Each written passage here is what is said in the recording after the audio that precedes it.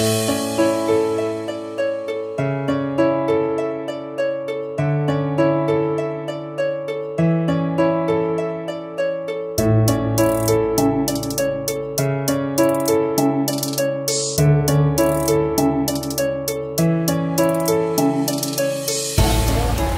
organik dan lestari dengan teknologi EM.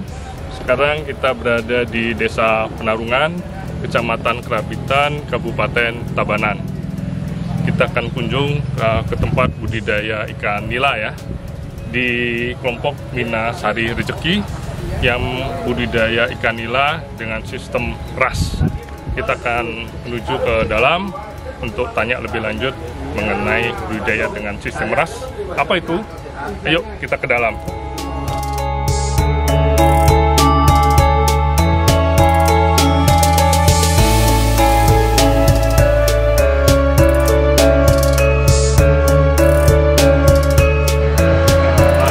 Ya, sini, ini kolamnya seperti ini.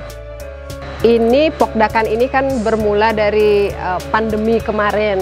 Oh, iya. Ya pandemi, kemudian kita ngumpul-ngumpul keluarga, gimana kita mensiasati pandemi ini dengan memiliki usaha yang baru, dan kebetulan kita tertarik untuk membudidayakan ikan seperti itu. Jadilah kita membuat kolam seperti ini. Jadi dikukuhkan kelompok ini pada tanggal 8 Juni 2021. Tapi kita mulainya pada akhir 2020 kita sudah mulai prosesnya. Jadi sebenarnya pertama itu kita lele terlebih dahulu, ya lele. Kemudian kita coba 2 kolam. Ternyata dari hasil evaluasi kita, lele ini mempunyai satu sifat kanibal. Jadi sifat kanibal ketika dia lapar apa sebagainya macam, dia menyerang kelompok yang lemah seperti itu. Yang kedua, baunya itu terlalu keras. Karena amis, karena kita ada di perumahan, jadi sepertinya tidak cocok untuk dikembangkan di sini. Sistem budidaya yang kita gunakan namanya sistem RAS, resirkulasi aquaculture system. Jadi sistem air mengalir. Kenapa kita gunakan sistem ini, sistem RAS ini? Karena satu, akan menghemat air, sumber airnya ini dari sumur. Kemudian yang kedua itu prosesnya lebih gampang dibandingkan sistem yang lain kalau menurut kami ya. Jadi sistem RAS itu sistem air mengalir. Jadi di sini air dikeluarkan ya, tertanam di bawah, kemudian masuk ke sini ya, dari sini ini pipa. Nah di sana masuk ke namanya gentong 1 dan 2. Jadi dua kolam, 1 gentong. 2 kolam 1 gentong. Nah itu menggunakan sistem radial flow namanya. Jadi airnya ditarik, kemudian dinaikkan ke atas, kemudian diturunkan lagi, sehingga kotoran-kotoran yang padat ada di bawah, air yang bening masuk ke gentong 3. Gentong 3 itu isinya filter mekanis namanya, yang isinya itu jaring nelayan. Jaring nelayan kemudian disaring di sana, kemudian dialirkan lagi ke gentong 4. Ke gentong 4 ini sama filter mekanis namanya, isi jaring nelayan lagi untuk menyaring lagi kalau ada kotoran-kotoran padat yang masih terlewatkan. Nah barulah masuk ke filter yang gentong 5, itu namanya filter biologis. Di sana ada Calnes, rumah bakteri, kemudian ada bakteri aerob dan anaerobnya yang mengubah nitrit menjadi nitrat sehingga aman untuk ikan. Nah setelah dia dirubah menjadi aman airnya untuk dialirkan ke kolam, dimasuk dia ke gentong terakhir, ini gentong 6, kemudian ada pompa di sana, dialirkan kembali ke kolam seperti itu. Bagaimana aplikasi dengan E4 pakannya terhadap pengaruh ikannya ini? Iya, jadi EM4 ini kan kami gunakan untuk melakukan untuk bibis pakan. Yang pertama tujuannya adalah untuk membuat pakan itu menjadi lembut. Karena nila itu perutnya, ususnya kan pendek, ususnya pendek. Jadi kalau dia makan butiran yang masih tanpa fermentasi, yang keras, maka dia dan rakus makannya, maka pakan itu akan mengembang di perutnya, di ususnya, dan itu akan menyebabkan ikan itu ususnya pecah dan menimbulkan kematian. Sehingga itulah perlunya dilakukan fermentasi atau bibis pakan. Terus yang kedua, mempercepat pemecahan protein yang ada di dalam pakan. Ya. Jadi dengan dilakukannya fermentasi di dalam ketika dimakan di usus itu, di usus ikan itu terjadi pemecahan protein yang lebih cepat dibandingkan dengan tanpa dibibis. Sehingga penyerapan unsur-unsur vitamin, mineral, protein, lemak yang ada di dalam pakan itu lebih cepat oleh ikan, seperti itu. Dan yang ketiga, dengan proses fermentasi ini, hasil budidaya ikan yang kami hasilkan itu menghasilkan ikan yang bersih, kemudian gurih, tidak amis, dan tidak rasa lumpur. Satu keunggulan dari sistem RAS itu adalah tebarnya kita bisa tebar padat. Kalau sistem konvensional tanpa menggunakan sistem aerasi, tintam air mengalir, itu 1 meter kubik, itu maksimal isi 50 ekor. Nah ini diameter 3 namanya ini kolamnya, isi air kalau sampai segini ini sekitar 6 meter kubik. Jadi kalau dia hanya 50 meter kubik, 50 ekor per meter kubik aja 300 maksimal. Tetapi kami dengan sistem RAS bisa melipat gandakan menjadi 1.300 per satu kolam. 1.200 sampai 1.300 itu artinya 1 meter kubik itu kami bisa isi 200 ekor. Wah, itu berlipat-lipat. Jadi 4 kali lipat. Ini udah buih-buih ini ya semua ya? Ya, kalau ini buih-buih ini satu karena ada kotoran ikan yang harus kita bersihkan nanti. Kemudian kalau yang putih-putih ini menunjukkan sistem aerasinya bagus. Kemudian ada proses penguraian oleh bakteri aerob dan anaerob yang ada di dalam kolam.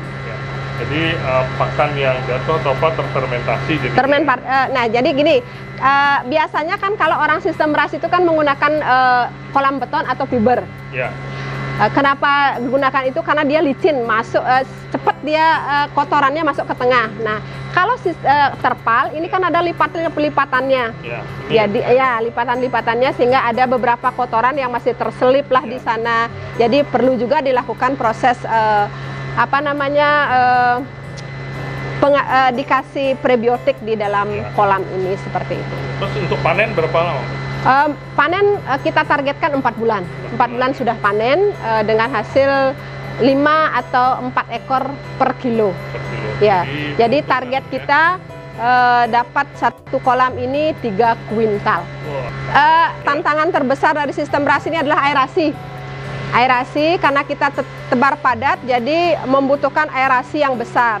Kenapa membutuhkan aerasi yang besar? Karena nila merupakan ikan yang tidak bisa menghirup udara langsung dari udara. Keluar itu nggak bisa. Dia harus menghirup udara yang terlarut di dalam air. Bagaimana caranya melarutkan oksigen di dalam air? Ya dengan cara aerasi ini, pengadukan. Semakin kecil gelembung aerasi ini, maka semakin banyak oksigen yang terlarut sehingga semakin memudahkan untuk ikan itu bernapas. Ciri-cirinya ikan yang kekurangan oksigen dia akan keluar ngap-ngap. Nah kalau seperti ini artinya dia nyaman, kebutuhan oksigen terpenuhi, airnya sesuai dengan kebutuhan mereka. Jadi kualitas air itu sangat menentukan kondisi ikan ya, karena mereka hidup di air. Dan pakan juga harus tetap ya. Tadi kan kita sudah bercerita tentang manajemen air. Nah sekarang kita masuk ke manajemen pakan. Jadi kita memiliki treatment untuk membibis pakan, bagaimana membuat pakan itu menjadi gurih dan enak untuk ikan. Dan sudah difermentasi selama 24 jam ya. Kita bisa bandingkan dengan yang belum difermentasi. Aromanya bisa dari sisi tekstur dulu ya. Dari sisi tekstur dia keras. Nah, kalau ini lembut. Bisa dipegang, lembut sekali ya. Lembut, yang kalau ini yang keras ya. Kalau aroma ini baunya amis sekali. Kalau ini gurih karena seperti ada manisnya. Karena kita pakai molase juga. Nah, Kemudian yang kita gunakan untuk membibis pakan ini, kita gunakan EM4 dan molase. Kita kultur, kita perbanyak lagi ya EM4, kemudian kita tambahkan molase, kita tambahkan air ya. Yang ini yang sudah dikultur. Sudah aktif ya? Sudah aktif ini. Kita contoh 1 kilo ya. Ya. 1 kilo.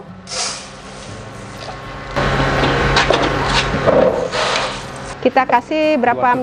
250 mili. Ini sudah aktif ya? Sudah. Ya, ini sudah. Ya. Nah, ini. Ya. Nah, setelah itu kita bibis. Kita bibis. Sederhana. Dirasa-rasa sudah agak basah, jangan terlalu lembek juga. Ya. Nah, dari hasil bibis ini juga kita bisa meningkatkan volume pakan. Ya, 1 kilo nambah jadinya menjadi 1 kilo 250 gram. Akhirnya jadi seperti ini. Jadi beratnya ya? Beratnya bertambah, sehingga kalau kita bibis 5 kilo menjadi 6 kilo. Ya. Nah, ini kita masukkan ke dalam tempat yang tertutup, kita fermentasi, kita tutup rapat selama 12 jam. 12 jam sampai 24 jam. 12 sampai 24 jam. Ya. Ya. Ini kita coba ya. Tebal ya.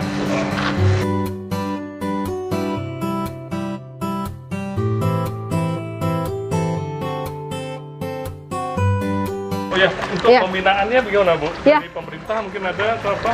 Ya, kebetulan ada Bapak penyuluh yang selalu mendampingi kami dari awal pembentukan kelompok sampai saat ini. Mungkin lebih jelasnya, terima kasih, Pak. Silahkan. Waktunya bisa dijelaskan Pak mengenai pembinaan Bapak di budidaya ikan nila.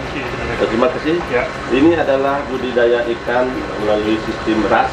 Dari awal kami bina kaitan dengan bagaimana cara membudidayakan dengan sistem RAS.